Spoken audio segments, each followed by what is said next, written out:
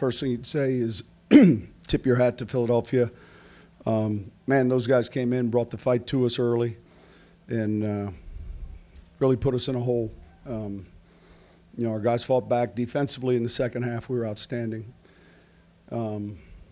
Obviously, it didn't seem like there was many drives because the time of possession felt like one of the quarters was just that early drive. But we made enough plays. Wasn't a perfect game. Certainly there are a lot of things that we'll have to clean up.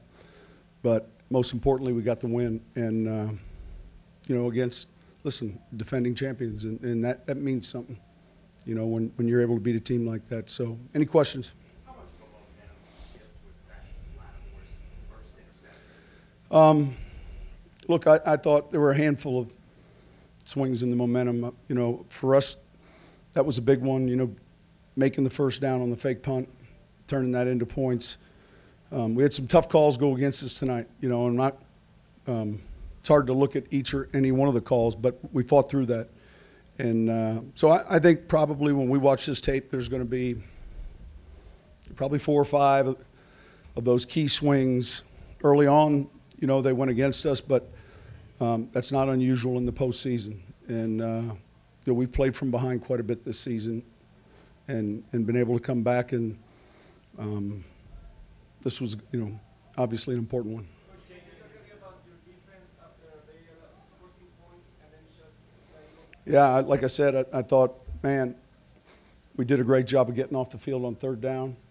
You know, I thought they ran the ball fairly efficiently early, Philadelphia that is, and then, you know, there was that one long drive where, you know, we ate a lot of the clock up, and so it felt like we were into the fourth quarter fairly quick. But they were fantastic.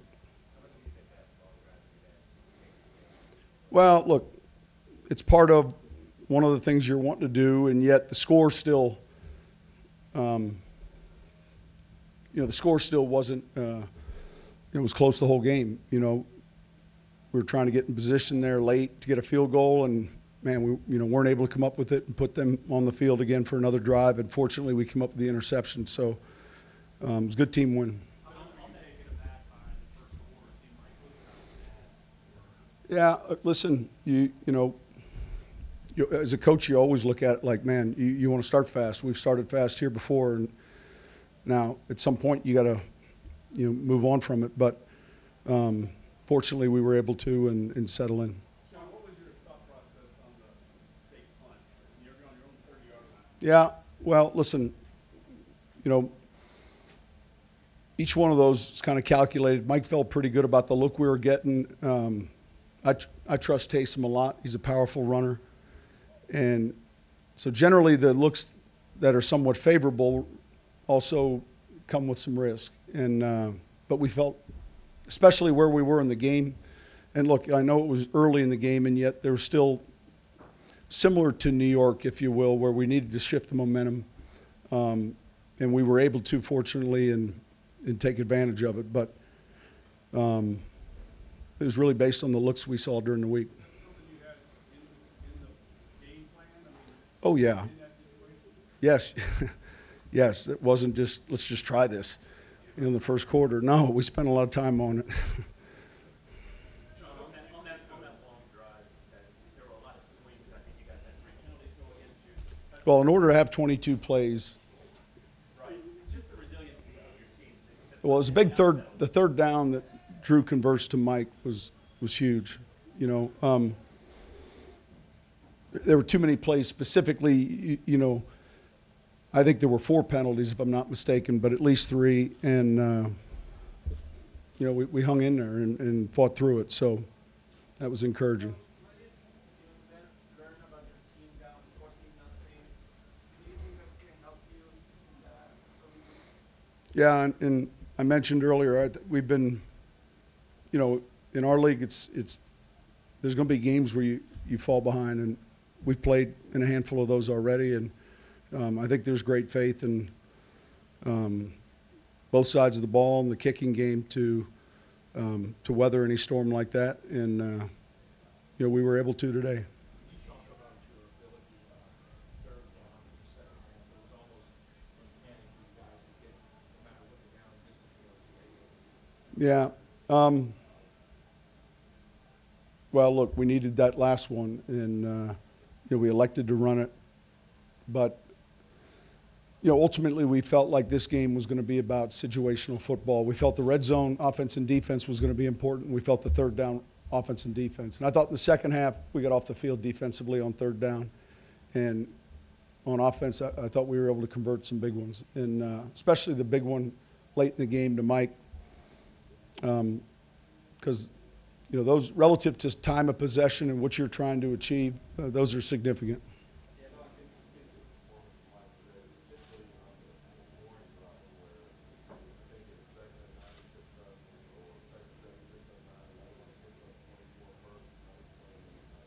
He's got real strong hands in traffic.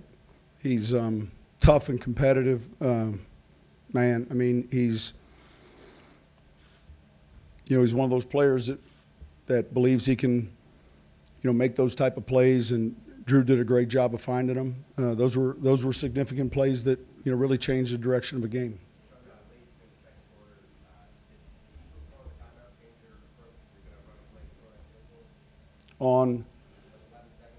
No, listen, we're right at that. We got a quick peek as to what we might get defensively, and so you think about a jump ball maybe, or and then when you kind of weighed everything where we were at, we felt good about just taking the field goal. Yeah, listen, there's a lot that you get from this team offensively, a lot of motion, some RPOs. They do a good job of spraying the ball around. The quarterback's been outstanding. It's hard to get to him. He made a few throws that were just, unbelievable. But I did think we were able to push the pocket a little later as the game went on, and I did think that helped. We tried to find a way to disrupt the passing game, and you can do that either with your rush or outside. And I thought we were able to get our hands on some receivers.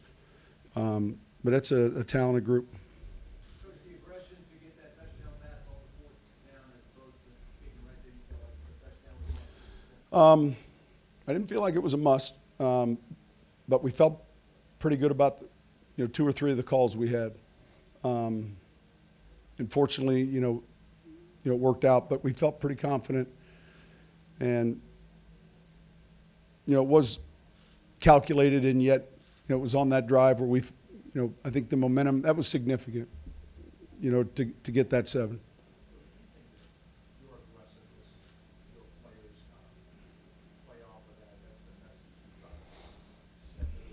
Sometimes Ed, it's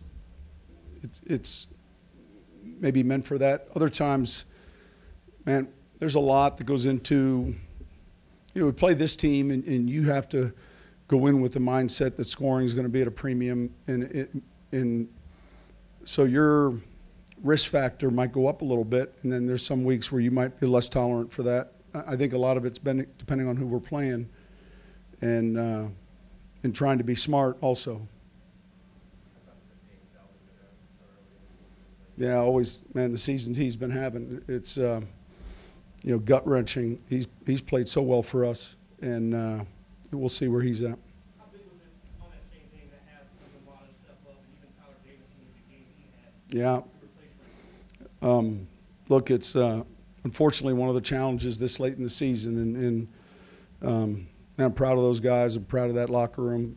They fought through a lot, and managed to get the win. And again, it's these are tough games. How much more difficult, if at all, is the transition process in the postseason moving forward to the next week versus the regular season? Well, I would say the challenge is just within the schedule, protecting the routine.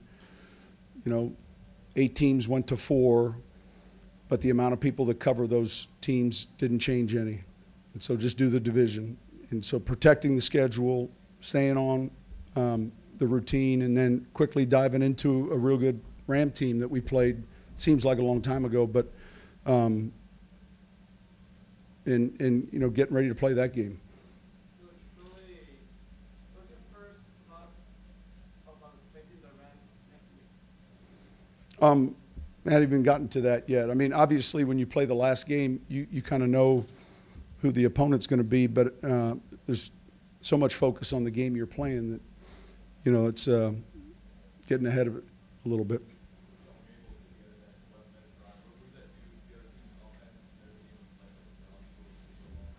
I don't listen. It can impact you relative to the number of snaps played, but most importantly, it impacts your own defense and their rest, and then the opponent you're playing, who's getting that many snaps. I mean, that's a lot. You know, but a lot had to happen for that to take place, and you know, regretfully, there's those penalties that hurt you. But fortunately, we were able to overcome them.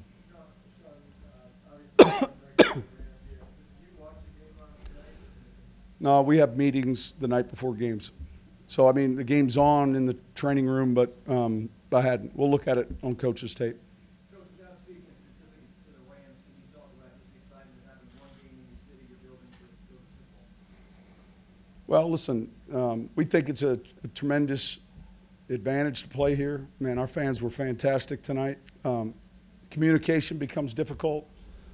We've been on both sides of it. You know, we played some tough road venues where it's real loud, Minnesota, Seattle, you know, and we played home here. And so, you know, that's one of the reasons you fight so hard for the best seed you can, so that you have a chance to play, you know, with the noise in your favor. So we got a lot of work to do. Again, it's a real good team we beat today, and the great championship team that can't say enough about them.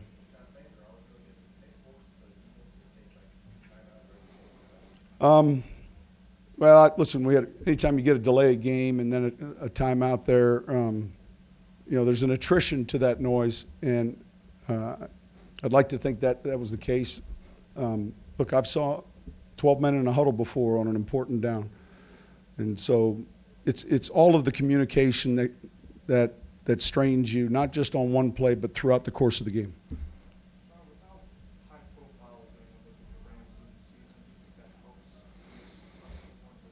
They're all big right now. I mean, right?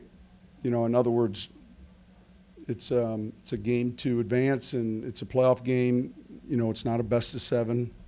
It's 3 hours, and so they're all important. And I would bet more often than not, playoff games a lot of the times involve teams that are playing each other again, whether they were division teams or whether you just look at the numbers. So, but that does seem like it was quite a ways back.